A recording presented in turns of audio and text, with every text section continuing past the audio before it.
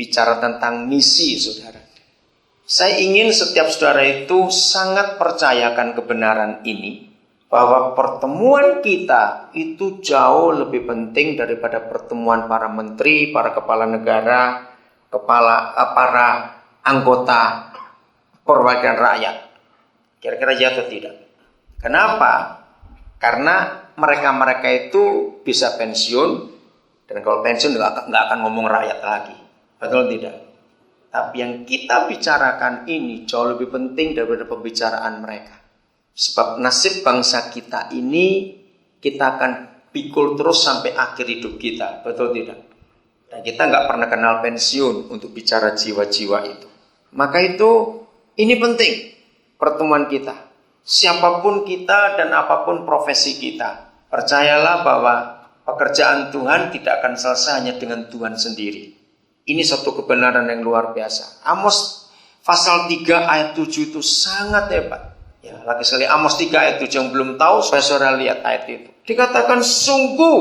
Nah, saudara, sedikit sekali di Alkitab apa yang Tuhan itu mulai bicarakan dengan kata sungguh itu sedikit sekali.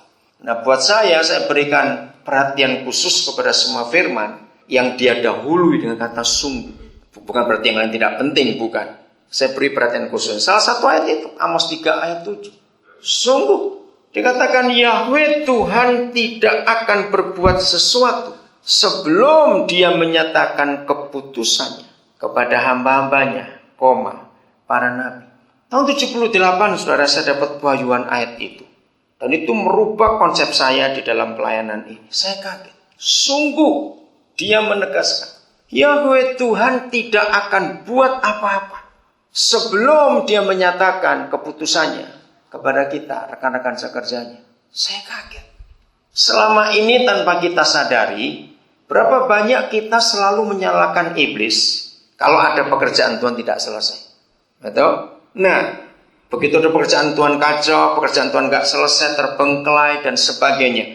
Seringkali kita nyalakan iblis. Satu kali Roh Kudus mengajarkan saya, dia bilang, Daniel, kamu gak usah capek-capek nyalakan iblis. Iblis itu sudah salah dari dulu walaupun gak disalahkan. Dan itu betul. Nah, ternyata ayat ini yang menjelaskan kepada kita sebagai gereja, teman sekerjanya, hamba-hamba Tuhan. Ternyata pekerjaan Tuhan tidak selesai bukan karena iblis. Karena kita yang tidak mau tahu.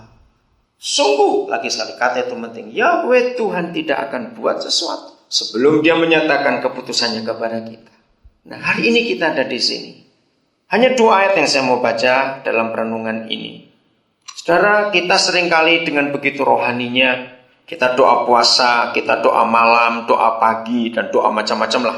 Itu dengan istilah, aku mau cari kehendak Tuhan. Aku mau cari kehendak Tuhan. Kelihatannya rohani bukan kalau kita mengatakan mau doa ini, doa itu untuk mencari kehendak Tuhan. Nah, padahal kehendak Tuhan itu sudah jelas sekali ditulis di Alkitab. Dan inilah satu-satunya ayat. Saudara perhatikan. Inilah satu-satunya ayat dalam Alkitab yang memberitahukan kita apa yang sesungguhnya dia kehendaki. Ternyata enggak banyak, cuma satu ini saja. Betapa rohaninya kita kalau kita puasa. Maaf, saya kalau diundang untuk mimpin doa puasa, saya selalu tanya dulu, saudara puasa untuk apa? Pasti jawaban mereka yang puasa, cari kehendak Tuhan. Terus saya ajak mereka guyon, kehendak Tuhan gak usah dipuasain, sudah ada di Alkitab, baca saja. Lalu lakukan.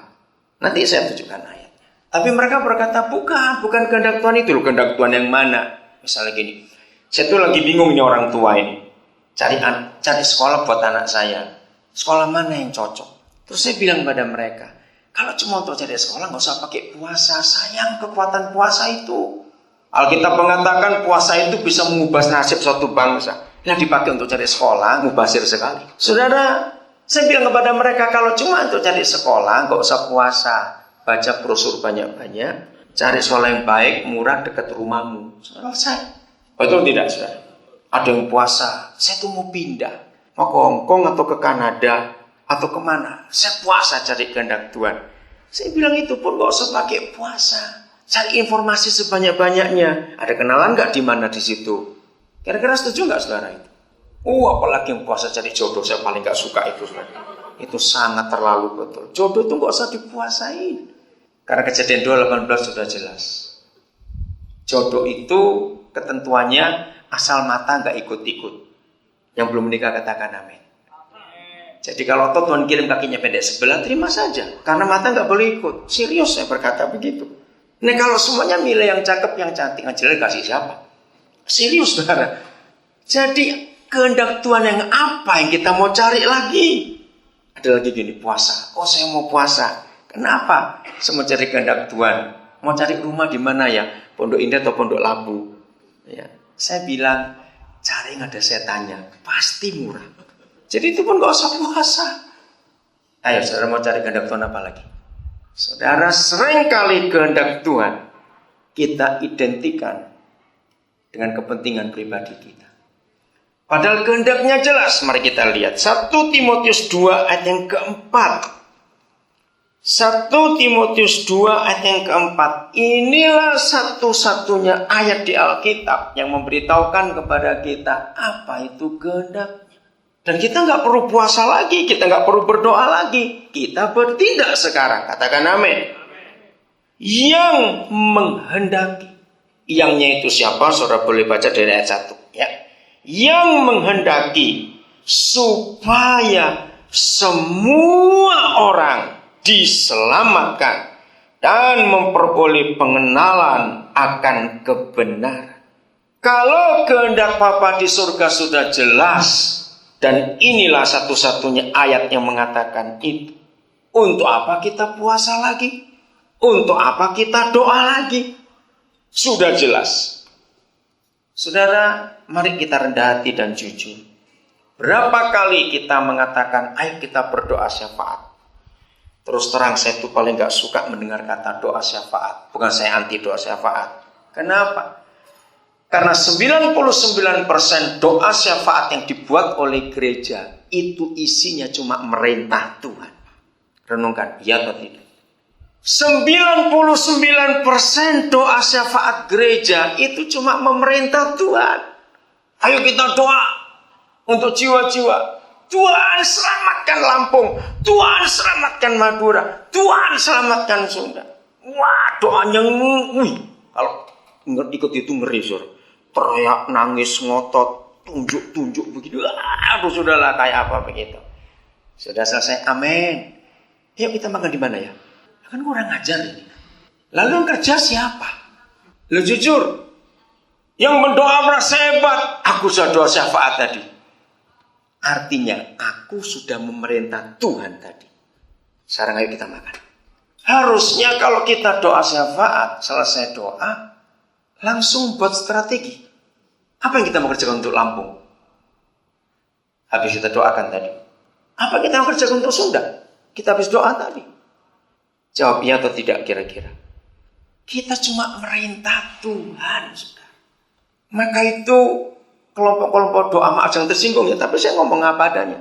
Istilah menara doa, kubu doa, semua jenis doa itu saya itu enak terus terang. Di situ pemalas-pemalas rohani bersembunyi. Dikejar utang, lagi doa, lu bayar dong. Kalau utang kok berdoa ini bagaimana? Jadi hanya tempat pelarian tanggung jawab.